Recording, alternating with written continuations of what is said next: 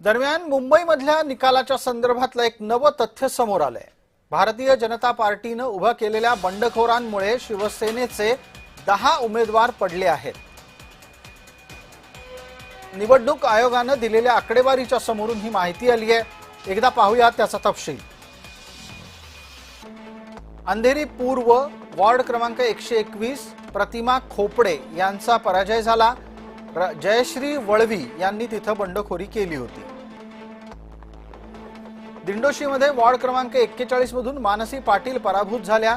भाजपचे दिव्येश यादव यांनी इथे बंडखोरी केली होती। अणुशक्तीनगरच्या प्रभाग क्रमांक 143 मधून शोभा जायभाये पराभूत झाल्या। भाजपच्या स्वाती उमरटकर यांनी बंडखोरी केली होती। कुर्ल्याच्या प्रभाग क्रमांक 169 मधून जय कुडाळकर पराभूत झाले। भाजपचे अमित शेलार यांनी तिथे बंडखोरी केली होती। वर्सोवाच्या प्रभाग क्रमांक 61 मध्ये शिवसेनेच्या राजू पटेल पराभूत झाल्या। भाजपच्या उर्मिला गुप्ता यांनी तिथे बंडखोरी केली होती।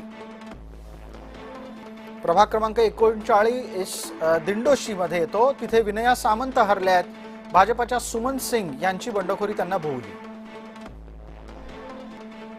मागाठाणीच्या प्रभाग क्रमांक 12 मध्ये शिवसेनेच्या सुवर्णा गवस पराभूत झाल्या। भाजपच्या प्रीती दांडेकर यांनी तिथे बंडखोरी केली होती।